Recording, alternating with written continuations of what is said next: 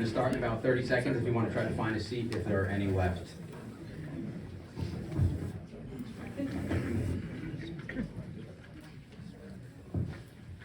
All right, I want to thank everyone for coming to meet the Candidates Night hosted by the Post and Go Business Association. The first thing I'd like to do is say the Pledge of Allegiance. To the flag of the United States of America, and to the republic for which it stands, one nation, under God, indivisible, with liberty and justice for all.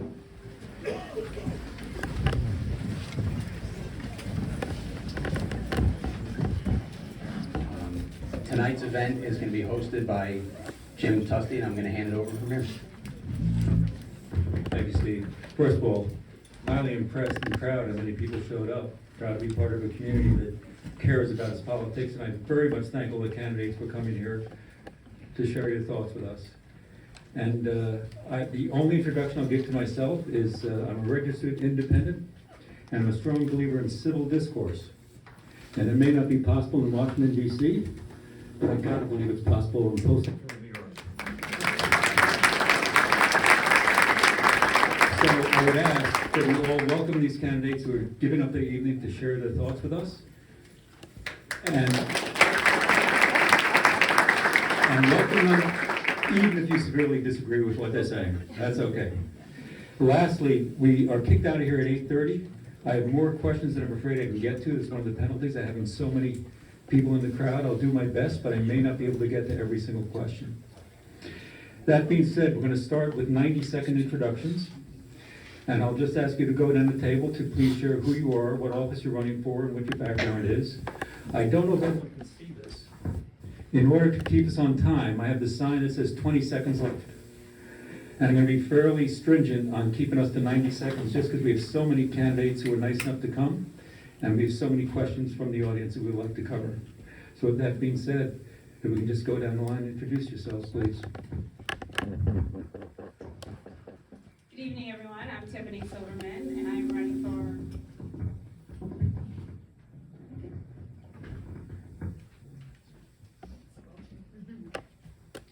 the Office of Rensselaer County Executive. Thank you very much for having all of us here this evening. A little bit about me. I've spent 30 years in the private and public sector of law. I have some great people that I've worked alongside with. In those years, I have a vast knowledge of constituent services, especially in the nonprofit sector. My goal here for me is to bring civility back to the county. That is a goal, that's a top priority. I'm also aiming for a 30-60-90, 30 days for a complete audit of services, and 60 days to reveal, and 90 days that we will have a town hall meeting. I'm looking forward to working closely with all of you. A little bit more about me is that I was a Republican until fairly recently, and I've helped to elect many Republicans who are currently in office. I'm very proud of the work that I've done, and I'm proud of the road that I've taken to get me here tonight. Thank you very much. Thank you, Tiffany. I'm Mary Frances Sabo, and thank you to the Post and Go Business Association and Mr. Tusty and all of you for coming out on this blustery evening. Again, Mary Frances Sabo. I am running for Rensselaer County Legislature, District 2, which is North Greenbush, East Greenbush, and this town of Post and Go.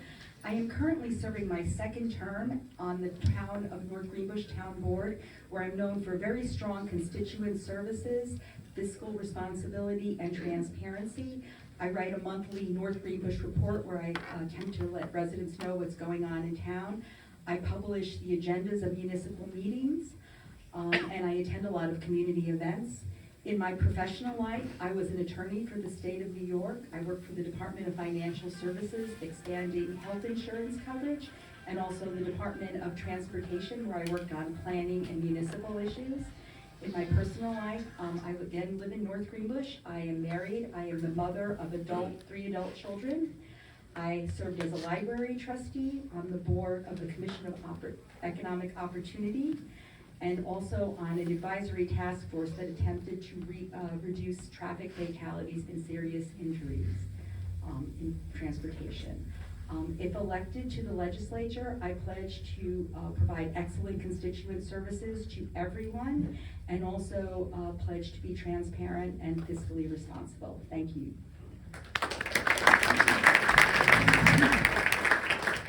So I'm going to stand up and talk. They always tell us we're supposed to do that. So my name's Bob Crowley. I've lived here in Poston Hill for 40 years. I retired from New York State from the Division of Homeland Security about 10 years ago. I can't believe it's actually been that long, but it has. I've been in this room many times, only on that side of the dais, so this time I get to talk from the other perspective here. I have 3 adult children who still live in the area. I have a 101-year-old mother who you're going to hear about in a minute too. So people ask me why I'm running, and I tell them I have three. We can hear you without it. Can you hear without it? Yeah. Okay. So I have 3 planks in my platform, and I'm going to take Mr. Tusty and challenge him here. My first plank is that Donald Trump is destroying everything that this country stands for. So much for civility. It's civil. It's civil. It's civil. I mean, he's destroying our economy with the tariffs. He's challenging the rule of law with his Department of Justice. Today he pardoned Sam, so these things I see as a real problem in our country.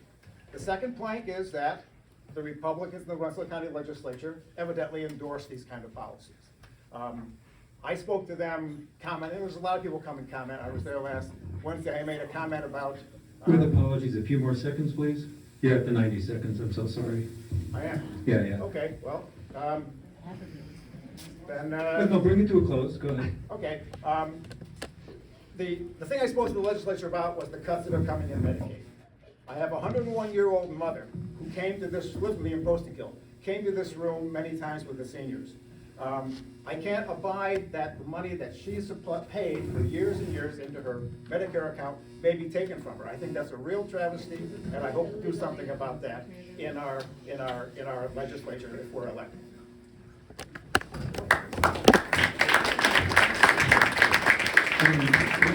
One favor to ask, I so appreciate applauding for everybody. I also have a time issue. I wanted to get through it, so I'd ask everyone to save their applause for the end of the night. Thank you. I should have said that before. Let's see, is this working? Yes. I'm Jamie Matsdorf. I'm running for Rensselaer County Legislature from District 2, the towns of Poston Hill, North Greenbush, and East Greenbush.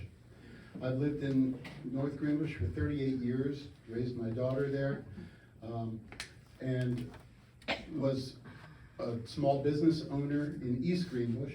So I paid taxes in North Greenbush for my home, and I paid taxes in East Greenbush for my business. So I'm very aware of the tax structure of the county, and am all too familiar with having to pay increasing taxes, despite what you may hear tonight. The fact is, my taxes have kept going up. I don't know about yours, but mine continue to go up, both for my business and for my home. I retired a year and a half ago from Grapes and Grains, Wine and Spirits in the Walmart Plaza on Route 4 in East Greenbush, and I worked there for 24 years. I believe in talking to each other. The reason I'm running is because civility in the electoral process and in the legislative process has been lost.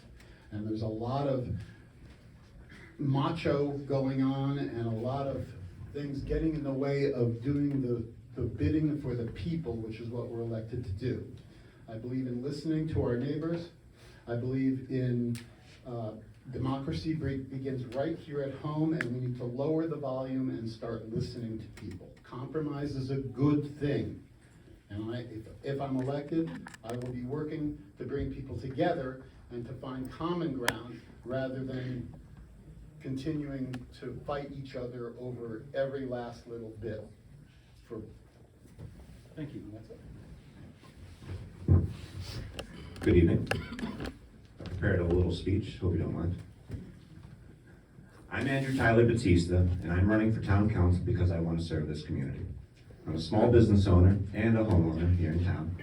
Every day, I help seniors and small businesses solve problems and navigate challenges. I know what accountability looks like. When you run a business, you either deliver results or you don't. I'm running because I want to bring that same commitment to town council.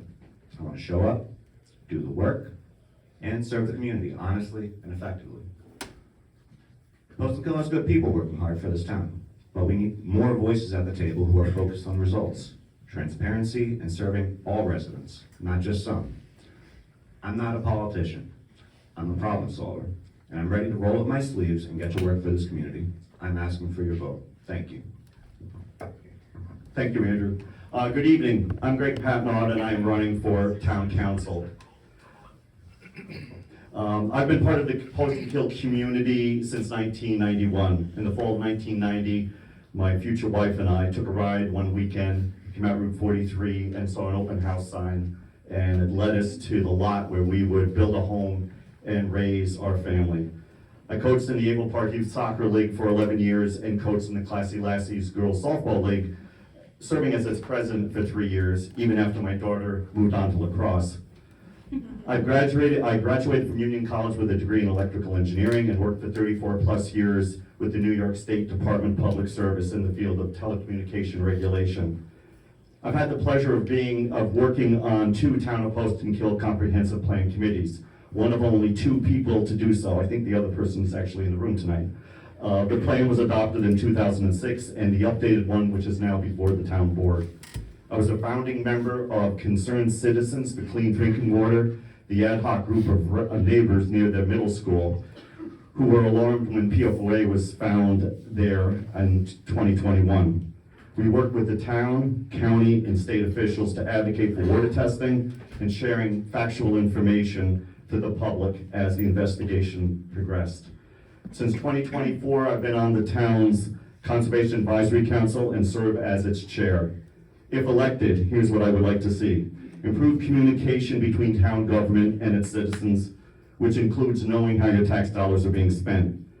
Funding our newly acquired ambulance service and for years to come. And once we, 10 seconds, okay. Keeping our open spaces and scenic beauty unharmed, encouraging modest business development, especially focused in the hamlet, and perhaps, most importantly, maintaining civility at the town board meetings. I look forward to your questions tonight. Thank you. Greg, thank you. Good evening. My name is Tom Russell. I'm the current town supervisor. I've had the privilege of being supervisor for 2 years, and it's been a wonderful experience servicing the whole town, not just sections, but the whole town. What I try to do, and I believe the town board is going along with it, is restore some mutual respect and civility at the town board meetings and also in town hall. That's what we try and do. Service is first and foremost in my book. I'm a small business owner also. Turbo Medical Equipment, I use my own equipment quite a bit, as you can see, but service is where we come from. Listening to people is very important. I don't have all the ideas, and I would try and listen in earnest to what people have to say. It makes the world go around. And as Greg has mentioned, we have the ambulance service back in town, which is great. Cooperation with the fire company is very important. I've strived to improve communication with the fire company because I think it's very important, also with the library. These service organizations play an important role in town, and I think they deserve respect and the right to say what they have to. I thank you very much, one and all, for coming out tonight, as has been said by others, but it is important that you're here participating. Thank you very much, Tim. And I'll turn the microphone over to Mr. McLaughlin. Thank you, sir. Just to be clear, the sign gives you 20 seconds, not again. My misunderstanding. Thank you very much. Thank you, Tom. Jim, thank you for emceeing this in the Poston Kill Business Association. Appreciate that. This is probably my 6th or 7th time doing these, and they're always interesting and fun. And thank you to all of you for coming with your questions. I'm Steve McLaughlin, Rensselaer County Executive. finishing up my second term after 7 years in the State Assembly, and certainly here to answer any questions that you have, but also to explain all the accomplishments of my administration, which are many and vast and pretty historic, including today the announcement of another 9.1% property tax reduction. I'll be happy to explain how property taxes work and tax bills work for sure. But there's no doubt now that Rensselaer County property taxes, the tax rate has dropped 49% on my watch in 8 years. That is a historic achievement. You are now going to pay what you paid in 1990. There's nothing else that you pay the same rate you did in 1990. Assessments are a whole different issue. Those are town issues. School taxes continue to rise. Library taxes continue to rise. Fire taxes continue to rise. But what doesn't rise is the county property tax rate. We've also now, just nearing the end of my 8th year, fulfilling a promise that I made to pave every mile of county road. By the end of this month, when the paving season wraps up, we will have paved every single mile of county road. That's 330 miles without raising your taxes. There's much more to talk about, but we're under the clock here, so I'll turn it over. Thank you. Hi, I'm Michelle Garfolo, and I am a mother, and I am a wife, and I am currently on your Averill Park Education Foundation trustee and your Averill Park Board of Education member. I own my own business, doing promotional advertising, helping businesses solve problems with just fast things. So I am running for Post and Kill Town Supervisor and looking forward to this evening and everyone getting to know us a little bit better. My name is David Goyer. I am the current highway superintendent for the town of Post and Kill. I'm in my 5th year as highway superintendent. I've been working for the town since 2017, and I'm just extremely grateful for the support that the residents have given me these past few years and the support we're going to get in the future. I take the responsibility very seriously, and I take a lot of pride in the work we do at the highway department. And I look forward to answering any questions tonight that anybody might have. Hi, my name is David Haas. I've been on town council for 11 years, and my chief focus has always been on managing the finances of the town and trying to keep our costs down, keep our taxes down, stop wasteful spending of money through projects that could have happened if I didn't stop them. Also increasing personal freedom, like getting the law passed that enables people to have chickens without having to go to 3 or 4 months of planning board meetings. I also got a 90% reduction in the rent that the library pays to town hall. It used to be $10 a year, now it's $1 a year. And I worked very hard to try to help manage the finances of the town by getting our investments of our extra cash into treasury bills and in 2 years ago, returned over $100,000, which went towards preventing us from having to increase taxes. Those have been my main focuses on the town board. Thank you. Thank you, Dave. Good evening. My name is Rodney Rescott. I am running for Post and Kill Council. And a little bit about me is I have been native to the Post and Kill area here, living in the town for 20 plus years. And prior to that, I lived right next door in West Sand Lake. So living in small town America is what I did, it's what I believe in, and it's why I stayed here. Raised my kids here, been married to my wife for 20 plus years as well. My kids have went through Averill Park. They all loved it. They went to Hudson Valley. They all have their degrees. And they're still here in this area because of this. Small town America. Living here, doing what small towns do, which is let me do my thing, you stay out of my business, and let the towns do what they need to do, which is very simple. You know, you wake up in the morning in a snowstorm, the snowplow comes, and it plows your road. You have nothing to complain about. At that point, you get out, you get your car, and you drive to work. If you're like me, I get to work from home, so I don't have to worry about that. So that is my spiel today. It's very simple. Small town life. Let's keep it small. Let's keep Post and Kill. Thank you. Thank you. Thanks, Jim. Appreciate you putting this together and working with everybody. Welcome, thank you all for coming out. I'm Tom Grant, I'm a member of the Rensselaer County Legislature. I'm running for re-election to represent the towns of East Greenbush, North Greenbush, and Postenkill. I'm from East Greenbush, was formerly on the town board. Been married for 39 years, we have 2 adult sons. I am looking forward to voting for the 8th consecutive time on the Rensselaer County tax cuts. That's one of my most proudest achievements, I think, in the legislature. When other taxes are going up, libraries, school taxes, Rensselaer County has not just been flat, it's been decreased for the last 7 years, and look forward to the 8th year of that. I have experience in budgeting, I worked in the state legislature, I have experience in research projects and other specific tasks that relate to legislation and relate to the delivery of services. Look forward to having a conversation with you later on tonight. Thank you. Hi, I'm Rob Bailey, a lifelong resident of Postenkill, moved here 71 years ago. My dad grew up in town, my grandparents lived in town. I worked on the planning board for 10 years in Postenkill. Then I was on the town board for 8 years, never raised the taxes the full 8 years that I was on the town board. Then I moved on to the legislature, and we've reduced taxes as a legislature for the past 8 years. So I look forward to answering any questions. Thank you. Thanks, Rob. Good evening, everybody, and thank you for having all of us. My name is Kelly Hoffman. I am your county legislator. A little bit of background about myself. I'm a regional director for real estate and leasing for a major healthcare company in the area, overseeing a multi-million-dollar budget every year. I also am deputy town supervisor for the town of North Greenbush.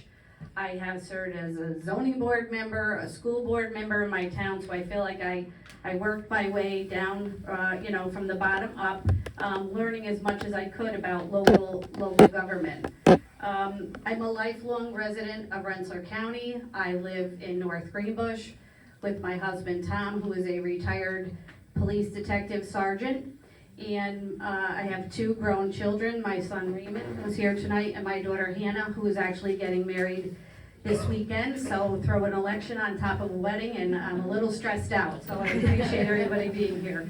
I would like to say that, one of the candidates mentioned that a lot of, quote, macho has been going on at the county level.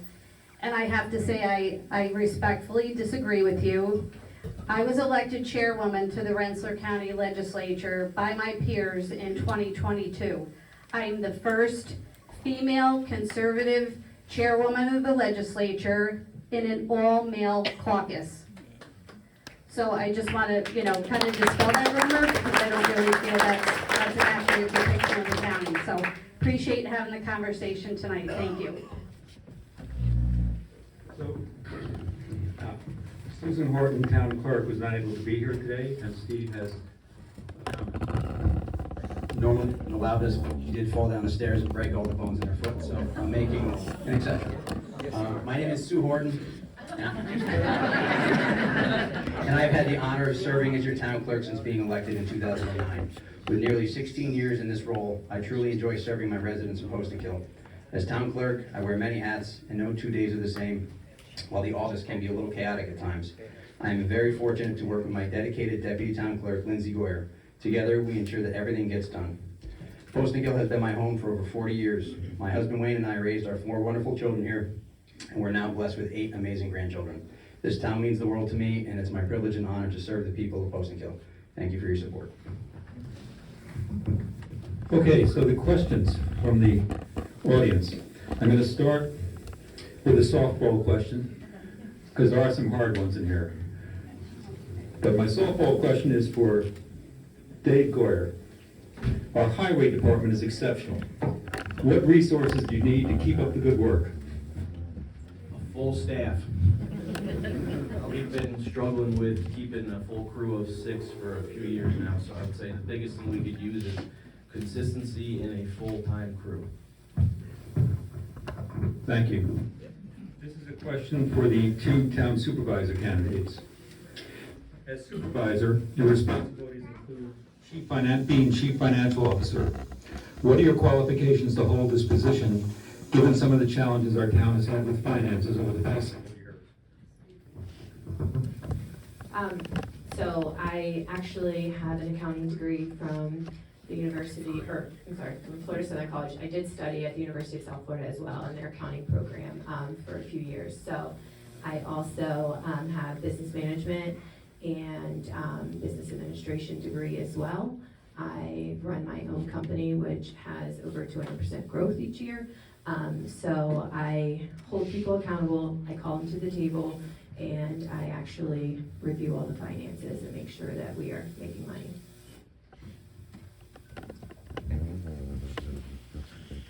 Good evening. Okay, small business, had history in small business, history and graduated from RPI management, and have had experience working with my own companies, doing different projects in order to keep them profitable and keep them growing, and emphasis on sales and returns.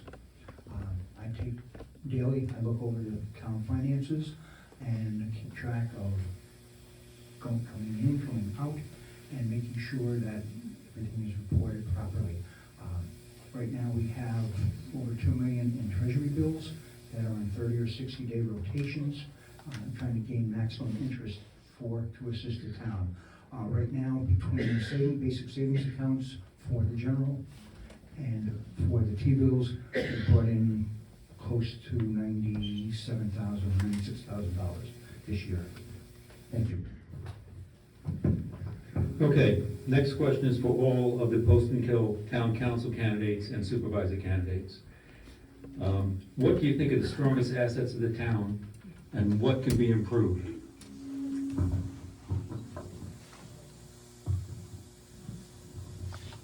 Okay, if you don't mind, I prefer to stand, okay? Hope you can hear me okay across the room.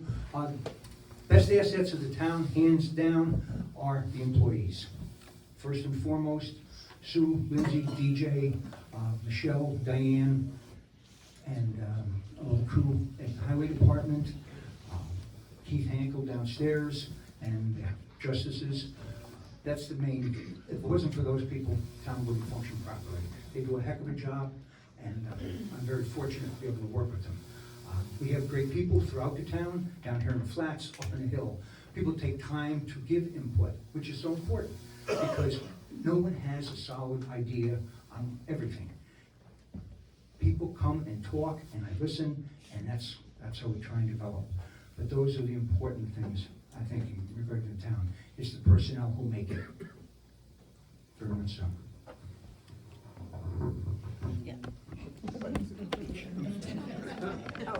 Please. I would actually agree with him that I think the best asset of the town is the people of the town. That's what makes this town so lovely. We are actually transplants to the town, and one of the things we fell in love with about the town is the rural identity of it. The people that you just go out and meet, they're all very warm and welcoming and always will lend a hand, and I think that's very rare. So I absolutely agree with our best asset is the people. I think our challenge and what we need to fix are the financials and the transparency. We need to balance the books, and we need to get them corrected, reconciled.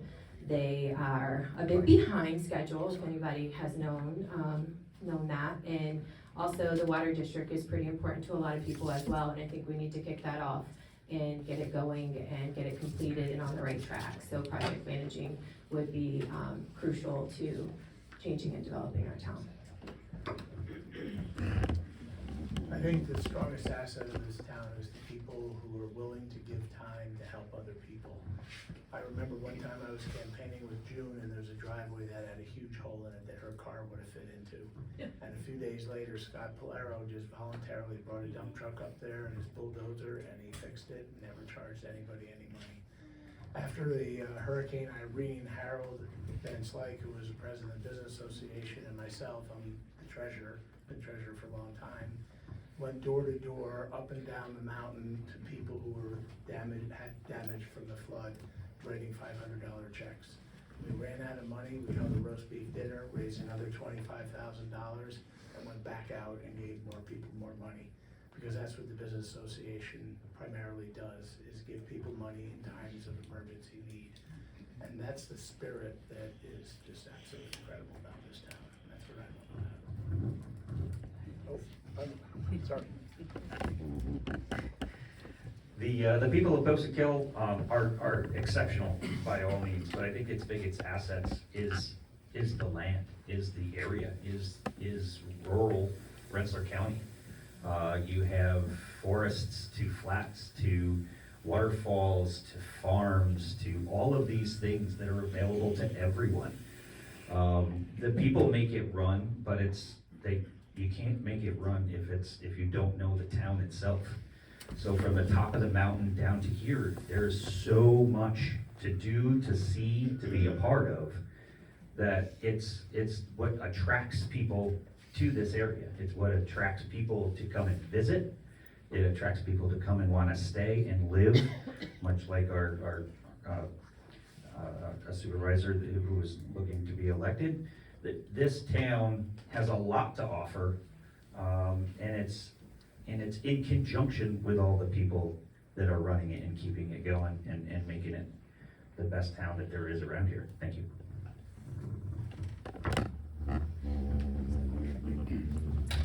I think we have bipartisan agreement that the people in this town are the greatest asset in Poston Kill. I don't think that can be disputed. And I agree, the land, the scenic beauty, the open spaces that we have in Poston Kill are an incredible asset. People go up to the community forest, Barberville Falls, go up to Pine Ridge in the winter to ski, assuming we have snow. There's a lot that Poston Kill has. The farm stands now have popped up all over the place in Poston Kill. That's amazing. If you drive around, certainly campaigning, I've seen so many farm stands that people are able to sell their wares on the side of the road. And that's one of the reasons I think that Poston Kill needs to embrace tourism, just acknowledge it and have people from other areas stop at all these places and spend their money in town. But one of the greatest assets that actually no one else had mentioned, and I will, and that is the town library. And just for the sake of openness, my wife is a trustee on the library. But it's something that other libraries are jealous of. The programs that the library puts on attracts a lot of people to the point where they have to turn people away because there's no space for it. And yet, the Poston Kill Library is only, on a per capita basis, is 23rd out of 29 libraries in the Upper Hudson library system. And I think it's only basically $20 per capita. So those are, I think, the biggest assets, at least that I would say that Poston Kill has.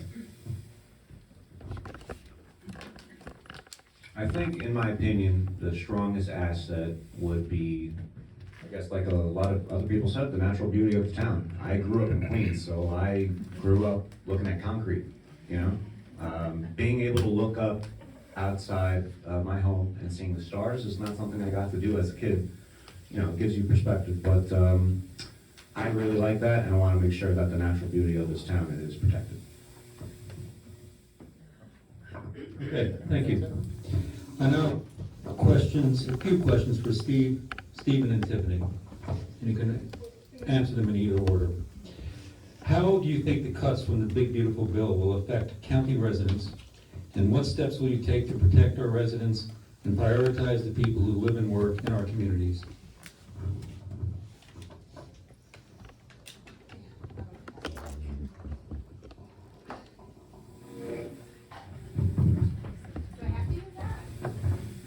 I think it's me. I'm off. Sure? Okay. So one thing that I will capitalize on is having the strong connection and the strong relationship with the governor.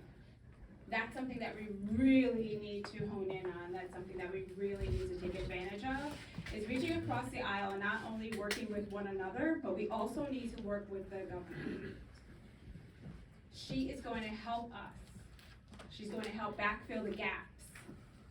And I know a lot of people don't want to hear that, but it's the truth. So we need to have that bridge. We need to have that open communication. We need to have those relationships. We need to be able to maturely facilitate those relationships so that we can get the job done for the people of Rensselaer County. It's not about me.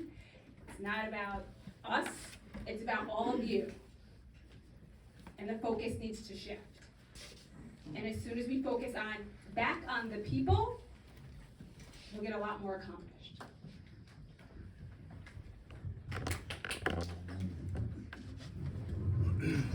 A lot of words, but no real answer to that question.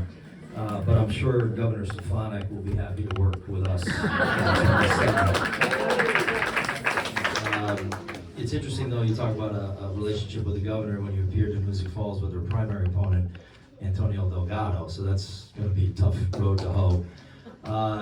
As far as the big, beautiful bill, don't be naive and think that the state is going to backfill the counties. The state has a history, and it continues to this day, of forcing things onto the counties. It's what they do, it's what they've always done, it's what I fought against when I was in the assembly, it's what I talked about today during my budget presentation. The state will not cut their spending, which is the biggest problem we face. What the state should do is address the fact that the big, beautiful bill realigns things, much less so than what happened in the 90s, by the way, and it puts people back to work who have to go back to work. It's enough of the freebies, enough of the giveaways, enough of taking care of illegal aliens so we don't take care of our own people. But it's naive to think that the state is not going to jam that right down the throats of this county, because it's what they do to us and to every single other county out there.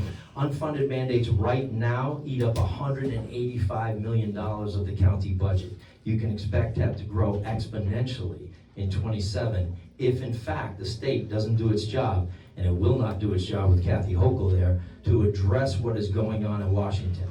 There is no reason that New York pays not only every federally required Medicaid or special interest bill, we pay them all 100%, as we should, 100% of what's required. New York goes further than that and pays the enormous amount more of 10%. So it's this plus all the options. That's got to stop. It's running us right over the cliff. So as far as being able to backfill the federal government, there's no county in the country that can afford to do that. Steve, another question for you. Yeah, Steve, someone in the audience has heard of a 9.1% tax reduction. A, is that true? And if that is true, how will that be accomplished? Well, I think more than one person has heard of a 9.1% tax reduction if you watch my budget presentation today, which a majority of the people in this room did. 9.1% is absolutely true. It just follows along with the 8% or so that I did last year, the 10% that I did before that. Since I took office, this is now my 8th budget. We've cut taxes every single year. When I took office, the county property tax rate that you all paid was $5.82 per thousand. That was outrageous. We set about to fix it, and we have. You are now, once this budget is passed with the help of our legislators, you will be paying $3.23 per thousand. That is a 49% reduction in the property tax rate. It's undebatable, it's undeniable, it's a fact. I know some people don't like facts, but that is an absolute fact that we have cut the property tax rate. I cannot do anything about your school taxes, which spiral out of control, or your fire, or your library, or anything else. What I can control is the county property tax rate, and that's what we've done. On top of that, our sales taxes jumped from 89 million when I took office for the year. It is now routinely over $125 million. That, folks, is what has allowed us to cut your property tax rate. Without that sales tax, and thank you all for spending your money here in the county, that allows us to grow that pot of money, because it's coming from two places, property or sales. Much better that comes from sales tax. It means you're enjoying your life, businesses are doing business. That allows us to cut those taxes, pave those roads, build 4 brand new senior centers, reopen the Knickerbocker ice rink, build an emergency services training center, do all the things that my administration has accomplished. So the 9.1 is very real as soon as the legislators agree to pass the budget, which we've passed many unanimous budgets in Rensselaer County. In fact, the 7 previous budgets that I've done, I think have a total of 3 or 4 no votes. That's it. So it's real. Tiffany, do you want to respond?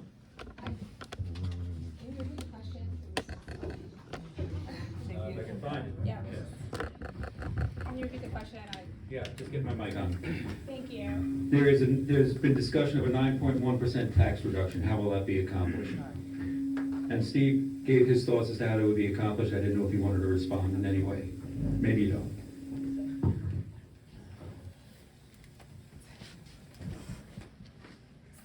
So I have not had the opportunity to look over the budget.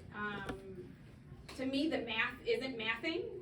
And so, in terms of having 9.1% in tax cuts, you know, I agree with everyone in this room and everyone that I've spoken to and every door that I've knocked on. The taxes are going up. And he can sit there and he can shrug and he can say whatever he wants to say and he can make cute little jokes about, you know, me being with the lieutenant governor, the current sitting lieutenant governor, and that's fine. But sir, in all due respect, I wouldn't even be standing here right now if I didn't see you with Dan McCoy having dinner on December 30th. What's that got to do with anything? I'll be happy to rebut that. What does that have to do with anything? Pass the mic down when Because you you don't want the job. You do not want the job. How many jobs have you already applied for? Wow. Send it on down. Are you even employed, by the way? There you go. Send it on down. There you go. Oh, this is gonna be so much fun. The math isn't mathing. She just said she hasn't looked at the budget. She just said she has not looked at our budget. How big is our budget, Ms. Silverman? How big, Mrs. Silverman, is the county budget? You said you're a fiscal expert. How big's the budget? Blank. No answer. Not a surprise. You're not a fiscal expert. As far as the math isn't mathing and taxes are going up, I just explained school and fire and library and all of the other assorted taxes. But you can't seem to do simple math and find out the fact that our tax rate has undeniably gone down from $5.28 to now it's going to be $3.23. That maths. As far as my friend Dan McCoy, what in the hell does it have to do with anything that I had dinner with a friend of mine on Christmas Eve or New Year's Eve? What does that matter? I thought we were talking about civility. I thought we were supposed to reach across the aisle. Dan and I work together all the time. As a matter of fact, all the time. And as you say, I'm running scared, by the way. I was on vacation with Dan last week in Ireland. That's how afraid I am of you. Now, second of all, why can I not? I'd love to answer that one. I can't have dinner with a friend of mine? Really? That's outrageous. Thank you. How dare you? And Tiffany, do you want 30 seconds to respond, or are you set?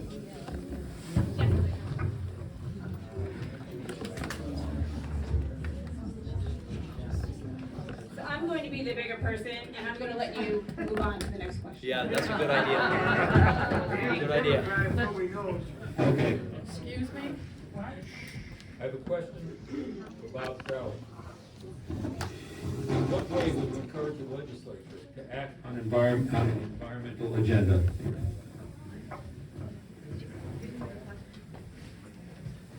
Could you repeat the question? Sure. In what way will you encourage the legislature to act on an environmental agenda? Okay, an environmental agenda, I'm not sure what was meant by that, but the legislature could do many things in that area. There are trail networks that, someone mentioned Post and Kill Community Forest here. There are trail networks that could be developed. There are waterfront areas that could be developed. There are parks that could be coordinated.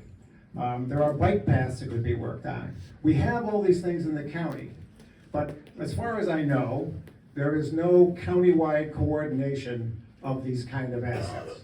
I'm on the board of Hudson Taconic Lands, which owns the Barboursville Falls, has kept that open for people in this town. It's a beautiful spot.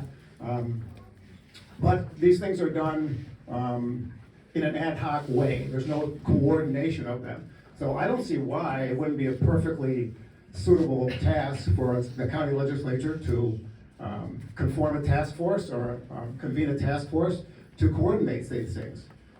Similar ideas have been talked about coordinating ambulance services in the county, or coordinating animal control, things like that in the county. So we've talked about those things. No action has been taken that I know of, but I'm new to this game. But certainly, in terms of coordinating our natural resources, our natural areas, hiking, biking, the Hudson River, all these things could be a legitimate county initiative, but I haven't ever seen anything like that happen, so. Does that answer the question? Who's gonna take care? How is the money gonna come in here? We're gonna raise our taxes. Okay, let's move on to the next one here. This is for all the current Poston Kill town members. There's been a lot of finger pointing regarding the town finances. The current challenge is the product of the former administration, but 3/4 of the current board were seated then. Can you explain how the financial issues came up under your supervision? And that's for anyone who is serving in the council now and is running again. Dave. I'm sorry, can you? Tom's on the council. Can you repeat that question? Sure. I'm just reading what it is here. There has been a lot of finger pointing regarding town finances. The current challenges are the product of the former administration. 3/4 of the current board were seated then. 3/4 of those who are running, I think is what the person meant to say, were seated then. How can you explain the financial challenges when you were on the board? Sure. First of all, the responsibility of the town's finances is the town supervisor. He is technically, according to New York State town law, the chief financial officer of the town. Town board members have a audit committee where we review the bills before the meeting, and if the bills look okay, we initialize it. But the responsibility for putting the whole packet of bills together is on the town supervisor's office. There were some issues with prior administrations where the supervisor had employees who kept things secret from the town board, and we didn't know what was going on. Matter of fact, some of the deposits to the federal government for withholding of income taxes were not made, and whenever a notice would go to the office, this person would shred the notices. So nobody knew that that was not done. We finally corrected a lot of this stuff in the beginning of town's administration. But if you go back and look at YouTube videos that show our town board meetings for the last 2 years, you'll see that the town board members are constantly trying to get answers to why the bookkeeping hasn't been fixed. Now, this might be before most of our time, including me, but the Empire State Building was built in 1 year. It seems to me that we should be able to fix the town's bookkeeping, fix the town's bookkeeping system in less time than it took to build the Empire State Building. So far, it is not fixed. One of our town board members actually reached out to an accounting firm, and they are now, in fact, doing our bookkeeping. It shouldn't be the case. We should have a qualified employee to that, but we don't. Thank you. Anyone else want to address that?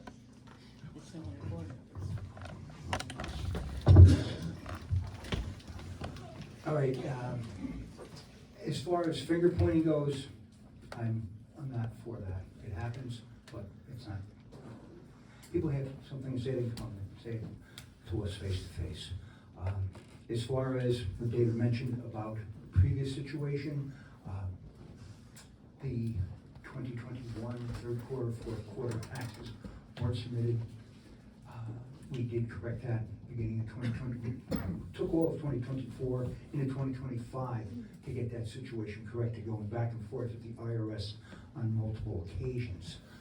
Eventually, they did agree that we had squared away with them, and it required extra funds being put out, but they were all paid, and the IRS is now squared away. As far as the accounting goes, we had an accountant when I first came on board. That was not working. We went without one for a little bit. We have 2 firms working for us now, working on trying to get things squared away. And we are processing forward on that. Thank you. Can you hear me better without the microphone? Yes. I finally figured that out, sorry. I'm sorry, excuse me. And up here, is this microphone working properly? Yes. Yes. Thank you very much.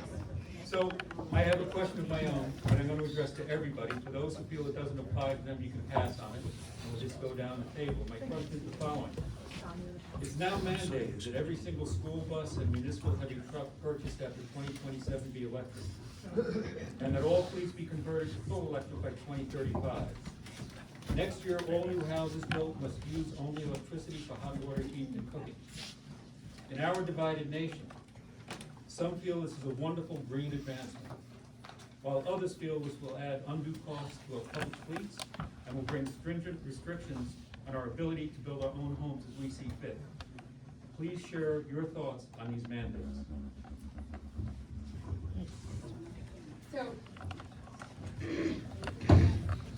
I'm just gonna say, as a mom, and my son takes the school bus, I disagree with the mandates in terms of switching everything over to electric. I know the burden that that's going to put on all of us, and it all trickles down, and so I strongly disagree with the mandates. But you want to work with local. Bring your question down. No, fair enough. I think it is fair that we don't come back with questions from the audience at this point. And let's go down the line, please. Hi, so, Mary Frances Sabo again. I am an electric vehicle owner, it's my husband's car, but I do own one. And, I can taking it on long trips, taking it to like Canada and places like that. And I recognize that there are some real shortcomings in the charging network right now, where, so at this point in time, I feel like at least with the school rollout, it does need to be, pump the brakes a little bit, because if we can't take like a car. Sorry, I didn't know we had size here. I'll go over here. Oh, jeez, come on, man. Sorry. Anyway, let me continue. Shortly, I think that the school bus electric, we can add them slowly, but I think the conversion needs to be slowed down just because there are inadequacies in the network. As for the switching over from natural gas to electric, so I actually don't have natural gas on my road, and actually a lot of the people in my area don't have it, so I've been cooking with electric and all that. I think it's fine. But I do believe also that there is some element of freedom, and if people do have access to natural gas and can hook up their appliances, they should be able to do that, and also that should be looked at as well. Thank you.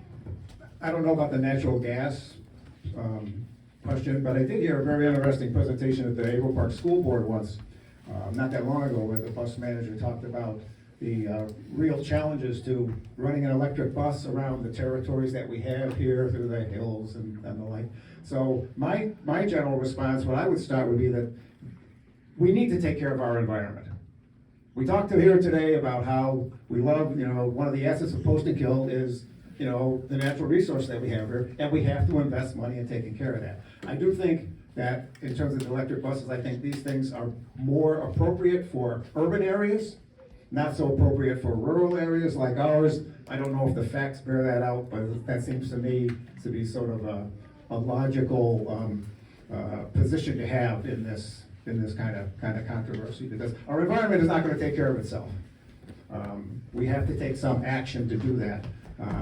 So there's my response. Regarding the rollout of electric vehicles of all sorts, it's all a matter of balance. It's all a matter of figuring out what we can afford versus what we want. And that's the balancing act that we have to do. I don't think anybody is by nature against electric vehicles. I think it's just a matter of what it's going to cost, and that's what we have to take a look at. Certainly, I think probably rather than mandating a cutoff date by which something has to be done black and white, it's probably wiser that we find out what it would cost to roll this out, and then make an informed decision about how much we're going to do and how long it's going to take. I prefer gas. Personally, I like cooking with gas. I like driving gasoline-powered vehicles. I drive a 2003 Mazda Miata. Very much like it. Teslas, not so much. In terms of mandating it. I think it's important to have choice in this country.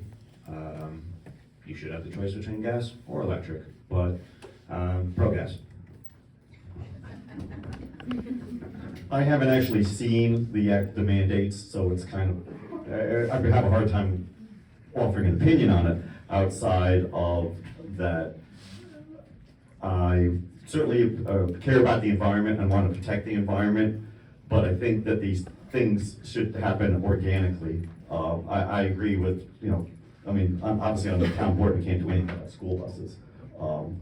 I would be concerned if we had to convert, DJs, all the DJs' equipment to electric. I mean, that would be a problem. So I guess my thought is here, things should happen organically. If these products are available, the market will decide whether or not people want them. I mean, I put in a propane fireplace 2 years ago, and I think we took a little flack for that. But it heats up the house nice. Those are my thoughts. Thank you, Greg. I'll sit on this one, if you don't mind. I'm a firm believer in market, and at the same time, the environment is changing, we have a situation changing, we have to address it. Practicality of some of the points that you brought up, school buses, et cetera, especially in the hilly terrain that we have, or deep north, the working might be very questionable.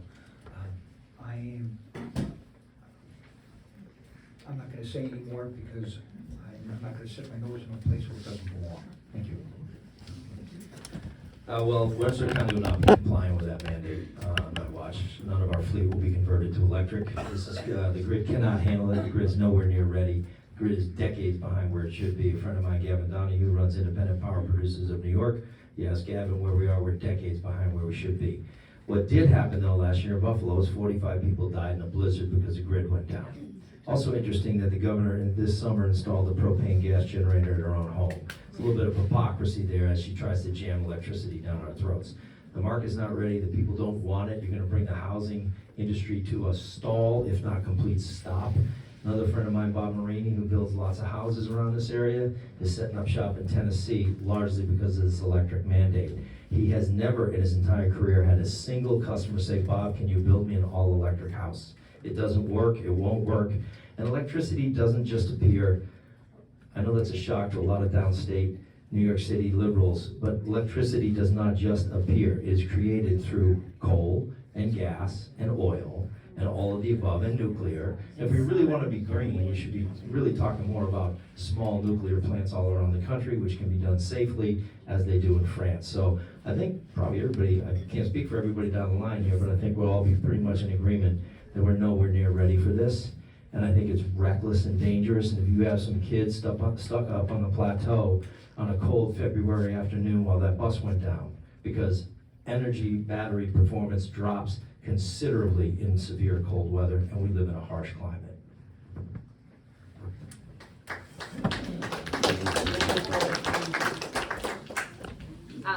I would agree with that. I would also agree with what Steve was saying earlier, that it's another New York State unfunded mandate that they pass on to the school, which then passes it on to the taxpayers. It's not fully funded. It is going to be a requirement to have a fully serviced fleet at 2035. She's backpedaling a little bit because the grid's not ready, just like he said. There's so many issues. The buses are heavier. The charging turnaround times, our routes are extremely long. I actually just left a meeting right before this one, executive meeting that had some other issues. So there's just a lot of issues around transportation, and bottom line is we are not ready for a fully funded or unfunded electric fleet. And even if they did fund it, the grid's not ready. It can't handle it. The bridges can't handle it. The fire department, our poor fire department, like, what happens? We keep adding these chemical fires to these people that are volunteering, risking their lives on the line, just to what? What is it in the end? We're putting dollars in someone else's pocket? Like, if the people don't want it, listen to the people. I'm all about freedom and choice, and that is what it should be. The one thing I'll say is that the weight is a big issue. The electric buses are 18 to 20 ton coming in without students on them or drivers, and your school buses now are 10. So there's a big difference in weight that you have twice a day for morning routes, twice a day for afternoon routes on your small town roads. We see it now with the bigger garbage trucks that you get nose to tail with the recycle, and then a garbage truck, it destroys these small roads down through the village. So that'd be my one concern, is the weight. This isn't really an issue that comes up to the town board, but I will say that when we bought our house in 1991, the first thing I did was rip out the electric heat and put in an oil-fired boiler and an oil fire, and off of the boiler is our water heater, and it saved me literally thousands and thousands of dollars a year in cost. And since then, electricity has gotten dramatically more expensive, but recently oil has actually started to come down. There's also been changes in the formulation of heating oil and diesel fuel and gasoline, plus the improvements in the internal combustion engines in all those vehicles, so that the amount of pollution that comes out of these vehicles is dramatically less than it was back in the old days. If somebody wants to buy an electric car, that's their free choice. I don't want to, but they can go ahead. Thank you. I think it's safe to say that most everybody here is in agreement to the fact that this is just way too much, way too soon on a grid that is so not gonna handle it. Gas is a choice, electricity is a choice. Everybody should have a choice, but it doesn't mean it gets jammed down your throat. I've already seen my power bill over the summer damn near triple. I certainly don't want it to quadruple on top of that. So as far as I'm concerned, I'm good right where I'm at, and I'll fight it as long as I can. The grid can't handle it right now, as far as Governor Hochul goes. All this really is, it's not a proposal from her, it's a press release that she's turned into a mandate that's unsustainable. I think that anybody that goes up on the mountain and tries to tell somebody up there that they need to put certain kind of heat in their house is in for a hell of a fight.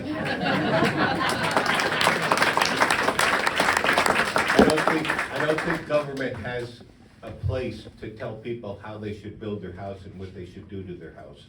And I think they should keep their nose out of those kind of things. The grid can't handle it. I will never own an electric vehicle, so that's the way I feel about it. That's because you drive fancy Mustangs. I have a lot to say about this, and I'll be brief. So, electric school buses to me is a really bad idea. I find it ironic that one of our candidates up here, however, though, says we should pump the brakes on it, when every town board meeting, when we're buying a new vehicle, she grills our highway department, our police chief, about buying new trucks and plow trucks, police cars. Why aren't we looking at electric? So I just think it's ironic that now all of a sudden while we're here, we need to pump the brakes. These will create environmental issues, and to your question earlier on, as legislators, believe it or not, the legislature oversees the sewer plant. So if your toilets don't flush, don't call Steve, call us, because that's where that responsibility sits. And Bob Leverage is sitting in the front with me. He's a great partner to work on that. I'm endorsed by the New York State League of Conservation Voters. I'm one of 37 in the state that have received that endorsement.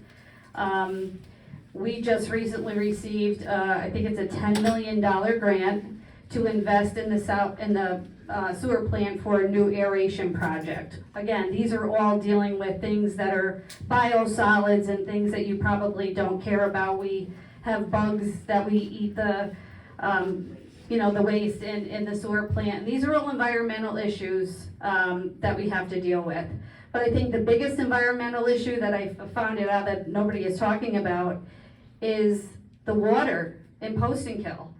And that when we were campaigning the last time, the town asked us to provide $600,000 to help putting that sewer line in. And the water line, and we came through with that process.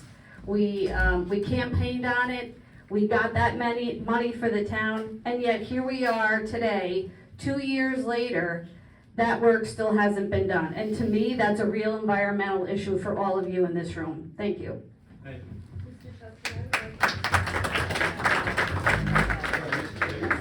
A response down here?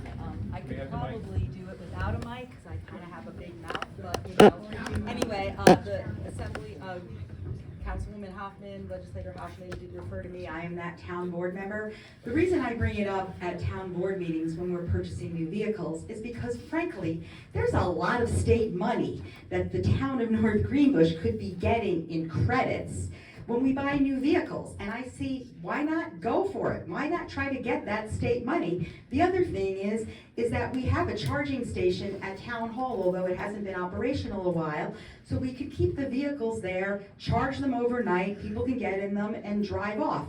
Maybe not a dump truck, that's tough, but definitely like the vehicles that our building inspectors use. In fact, even the county, I see Hudson Valley Security has purchased Mach-E's because I saw a crash on my way to Starbucks this morning and there was a Mach-E there. So public safety at Hudson Valley is using Mach-E's because they have probably gotten state money to buy these vehicles and are protecting the taxpayers. And I say, if someone's gonna give you free money, why not take it? There's no such thing as free money. All right, so, if you have 30 seconds or less, please. 30 seconds or less. Okay. The point made by Ms. Hoffman, yes, we were most appreciative of the $600,000 the town did get. We have employed Burge Engineering, and they have done work. The invoices were close to $300,000, and those invoices were brought down to the county for proof of work being done right up to current. Thank you. So, I know it's really hard to not applaud when someone says something that touches you. And what's even more obvious is I have very limited control over that. But I'd ask that we please limit the applause if possible. I have a question now for Tiffany and Stephen. In order for new buildings to be constructed, does the county require sustainable practices to be followed? I would especially like to see large warehouses be required to have solar panels on their roofs. Your thoughts, please.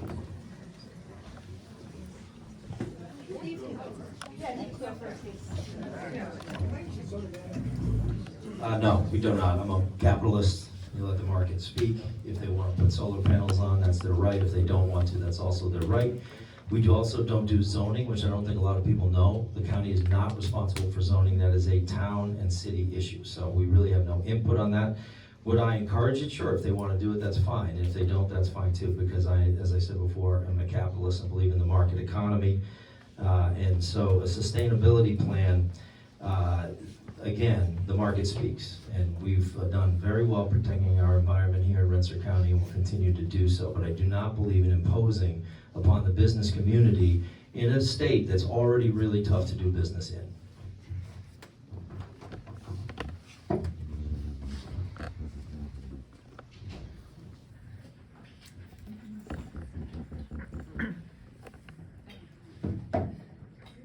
So I'm just gonna say that it's a town issue and we should leave it up to the towns. And let the town decide on what they want to decide. It wouldn't be a county issue, it would be a town issue. Could everyone hear that? No. Use the mic perhaps, as difficult as they are. I said that it would be a town issue and it would be up to the towns to decide on how they would want to proceed. They have the budgeting, they know what they need, they're fiscally responsible, they can figure out what way they want to go. Okay, I have a question for the town supervisor candidates. I read in a recent mailing that town taxes may exceed the 2% cap. Is that true, and what's being done what can you do to avoid that?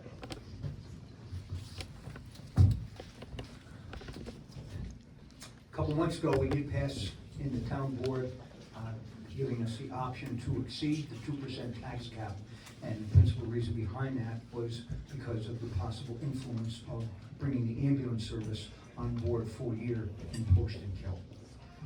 So that is the reason why we went above 2% on the tax cap. We went to exceed the 2% tax cap, but that was approved by the town board and put forward. We are going through the budget. We're trying to be very frugal in what is allocated in the budget and trying to find, being imaginative to find ways to reduce that. Everybody's working together on that, and we're trying to keep the tax down as best we can. But, as I told people, as I'm going around, we did bring in the ambulance, and the ambulance is gonna cost $282,000 or $280,000 for 2026, which will have an impact. And that's what we have to work around. Thank you. Well, first I would get the books reconciled, so we need to know what's in the accounts before we just keep raising taxes. We don't have an answer as to what our fund balance is, so the numbers really are unclear. I've been to the last few town meetings and it seems like it's a twilight zone. There's not a lot of answers going on. I would also think, in rebuttal to the ambulance, I think we do need to add a line item in the budget list for first responders all the way around, so, but first we gotta reconcile the accounts. Okay, we have time for 2 more questions and then closing statements from all of you. At least one question is for Rob and Bob. I personally like the idea of 2 people from Post&Kill on the county legislature. How can we work together to ensure that Post&Kill doesn't fall through the cracks?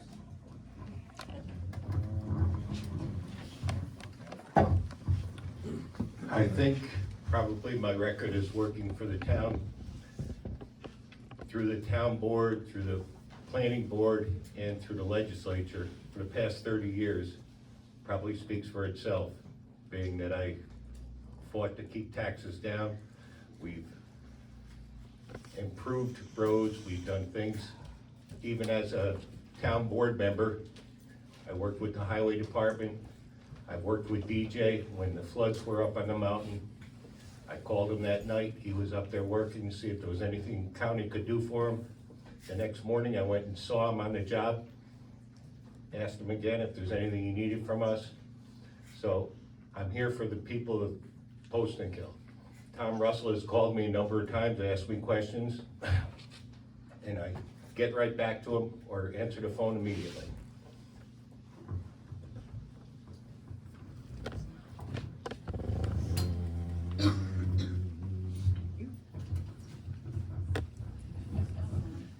Well, the way you stop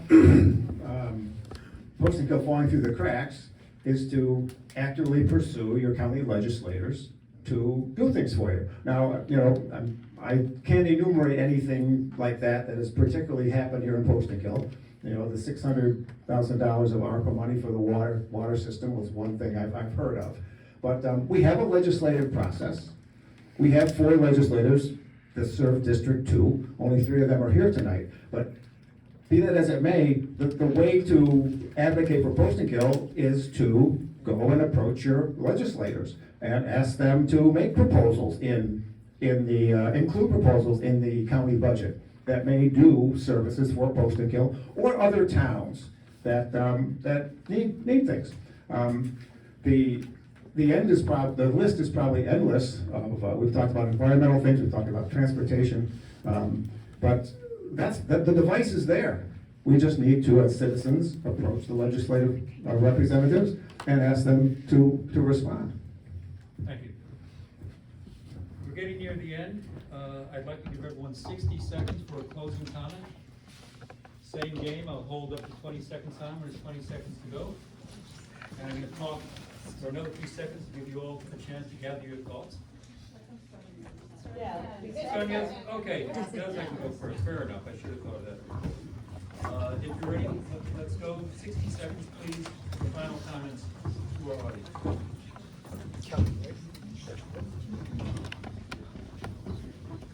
Thank you again. It really is an honor for me to be able to serve the residents of East Greenbush, North Greenbush, and Post&Kill. I think we've proven our record here with the residents when you needed us, when we had the issues with PFOAs. We offered free testing to the residents here around the school.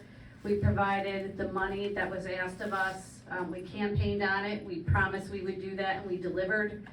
And again, to kind of what Steve has been talking about, almost 50% tax reduction. That doesn't happen overnight, and it happens when the legislature and Steve and his team are able to work together. I think the candidates that are sitting here tonight, I applaud everybody for running.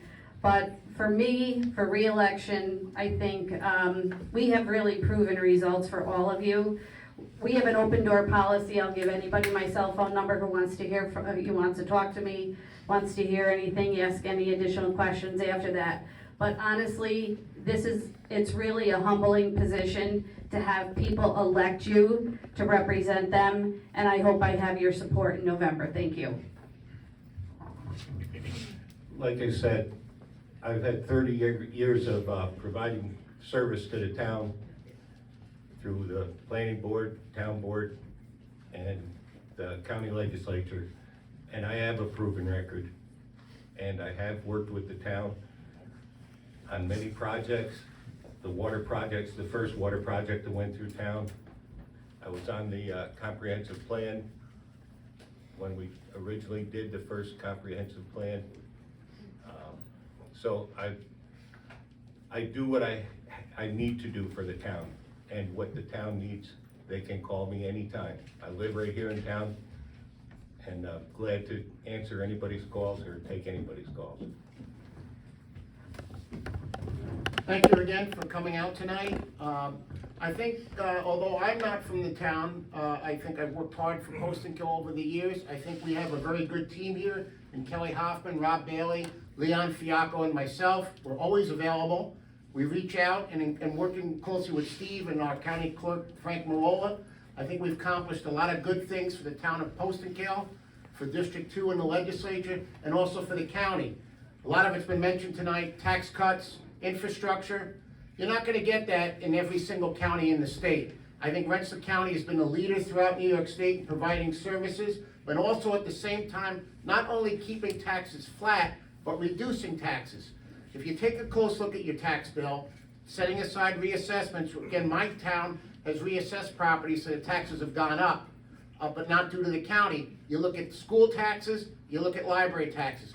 Those are the taxes that have increased to a large extent. So I would say in closing, you've got a good team here right now, the 4 county legislators, the county executive, and the county clerk, Frank Marola. We humbly would ask for your continued support. Thank you. And again, thank you all for coming out here this evening and listening to us and presenting your questions. It's very important that you get out and vote. I mean, that is the key to everything, is you have to get out and vote. I'm asking you to vote for me. My name is Rodney Rescott. I'm running for Post and Kill Town Council. I think it's important that everyone here has a voice. I'm an open book. If you have questions for me, you're always welcome to come and ask. I'll be outside till you all leave. I'll be happy to give you my cell phone if you'd like. I can answer any questions that you have. I'm pretty much an open book. I'm new to this, but it doesn't mean that I don't have knowledge and I don't have the ability to be able to make good, reasonable decisions that represent you and the townspeople. So from the top of the mountain to down the road, I'm here to represent you. So if you have a question, come see me. Thank you. I'd like to kind of answer a little bit about the question about tax increases. Back in the spring, I looked up to see what would happen if we had to raise the taxes more than 2% to pay for the new ambulance service that we're doing. It turns out, because I asked the town attorney at a town board meeting, will we all go to jail if we do this? And the answer was no. But we did have to have a resolution this summer that in case we do raise it beyond the 2%, we're not penalized by the state or held in any kind of issue with that. That doesn't mean that we're going to raise the taxes. And one of the things that we can do with our budget is use some of our unexpended balance to offset any kind of tax increase and pay for things that we have. Doesn't mean we're gonna actually spend it, but we're gonna put it in the budget.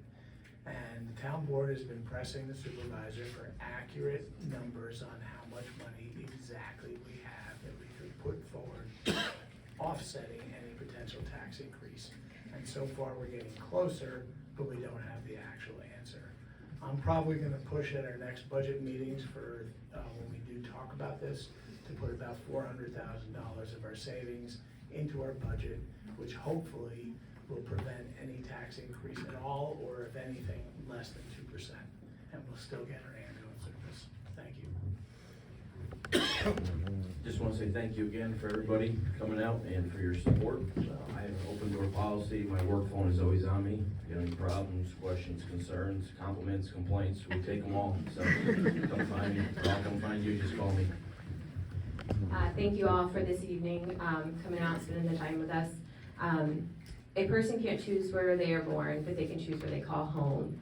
And my family chose Poston Kill as their home to raise our children who are over there right now, behaving for once. But we chose it because we love the rural identity that we have, and we will continue to fight to maintain that rural identity and ensure financial stability in the town. I appreciate your consideration, and thank you again for your time tonight. Thank you everyone for being here. Thank you to the Businessmen's Association here in Poston Kill. I've been honored to serve for 8 years now as county executive. Last time I ran for election, a re-election, we got 65% of the vote. We want every town in both cities. You don't do that without getting a lot of crossover votes from independents and Democrats, and that's a recognition of the job that we've done with my administration working with this legislature. I do want to point out, it was said that there's a lot of macho in Rensselaer County. Well, the fact is that a lot of my department heads and commissioners are ladies, as our chairwoman is of our county legislature. Some of them are here tonight. So we are well represented by ladies in my administration. Like I said, the majority of my department heads are women. I'm sorry, is ladies a bad term now? Sorry. Lord, my God. Unbelievable. 330 miles of roads paved, four brand new senior centers, state of the art, best in the nation. You won't find any better than that. A brand new emergency services training center is built on my watch, $6.5 million. The best bond rating in county history. Taxes that are lower than they've ever been. And we did all of that, or most of that, through a worldwide pandemic while we were under attack by a corrupt attorney general.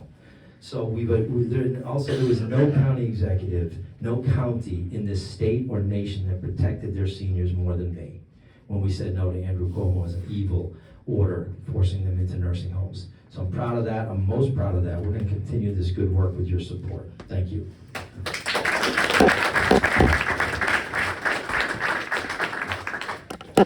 Good evening. Number one, I'd like to thank you all for taking the time to come out tonight. It is truly an honor and a privilege to address all of you and to have you all here. Your participation is most important. It's a democratic country, and by you being here tonight, that's what you practice. My opening tonight, I was negligent in mentioning a few other people at Town Hall, which I think deserve recognition. Katie, Tracy, Stephanie, Planning Board, Zoning Board, and Mike, our IT guy. They all put a heck of an effort in, and I'm most appreciative of their efforts. But most of all, my key is service to the people and listening and being responsive. But again, I thank you for coming tonight, taking the time. Questions, please. We'll answer the best we can and how we can, and I am most appreciative of your consideration. A very good night to you, and thank you for your time. Thank you, Tom. Thank you to the Poston Kill Business Association for hosting this event, Jim for moderating, and you, the audience, for attending tonight. I'd also like to thank my fellow candidates for town board, Dave, Rodney, and Andrew, for being here tonight. I'm sure you're familiar with the motto of the Averill Park School District, and that is every student, every day. If elected, I promise that it will be every resident, every day. It doesn't matter if you've been in this town for 70 years or 7 days, everyone will be treated equally before the town board. Every resident, every day. I believe my professional career, involvement with water issues, and being part of 2 comprehensive plans makes me uniquely qualified to be part of the town board, and also working in a bipartisan fashion in many of those endeavors. In closing, I ask for your consideration as early voting starts this Saturday. While knocking on doors around town, I've had the pleasure of traveling to the 4 corners of the town, a beautiful town. I've met a lot of people, some of them are probably not going to vote for me, but that's okay, because we're not enemies. And I will just close with this quote, because we talked about civility. In spite of everything, I still believe people to be really good at heart. And that's not my quote, that came from Anne Frank in 1944. Thank you.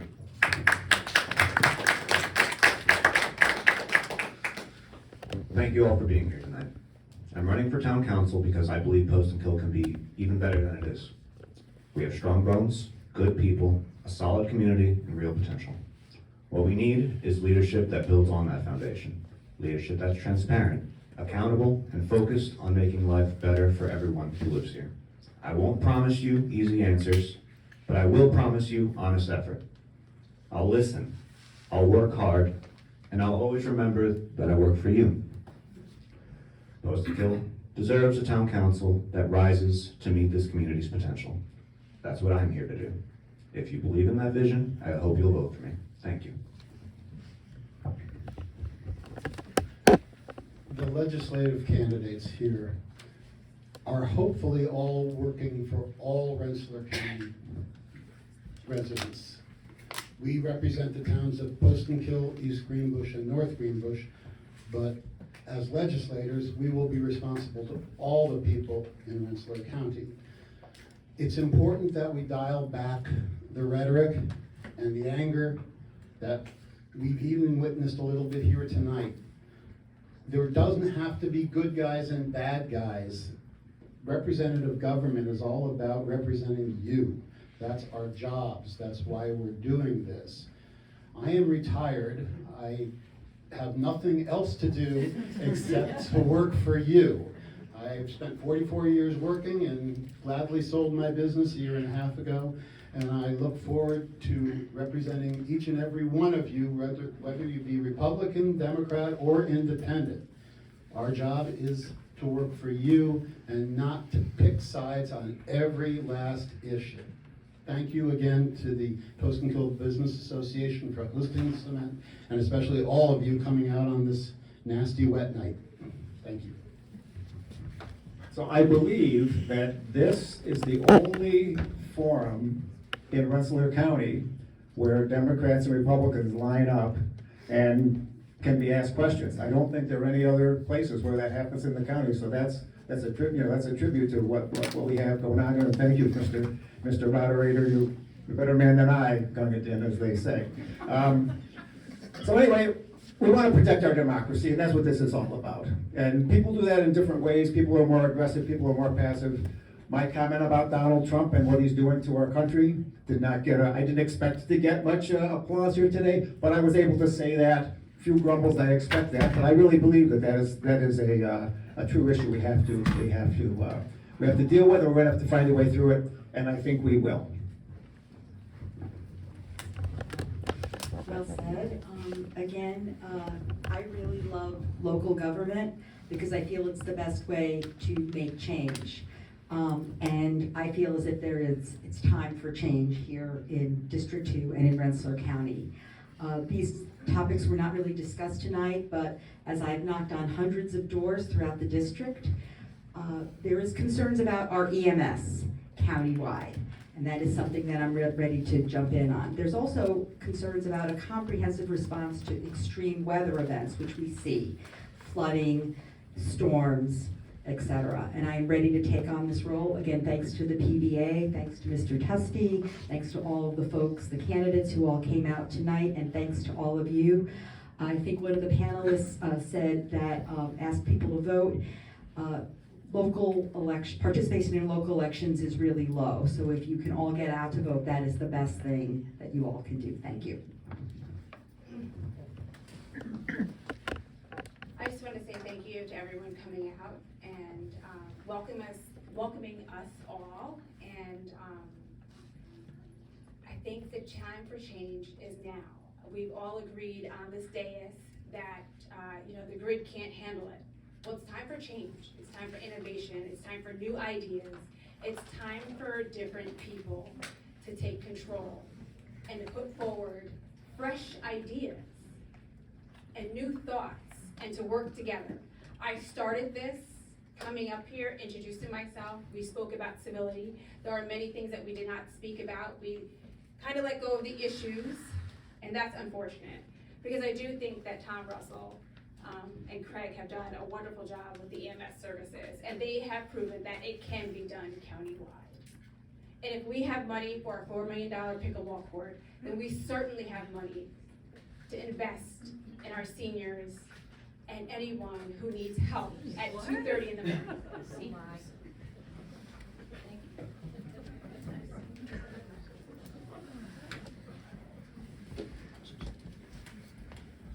So thank you again.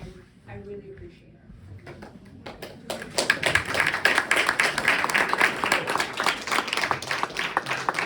If I may, let me first apologize to those people whose questions I didn't read. But I was basically told if we don't get out of here by 8:30, they're shutting the door on the sleeping area. And only two bathrooms. So I got us done on time. And now it's time for the applause for all these candidates.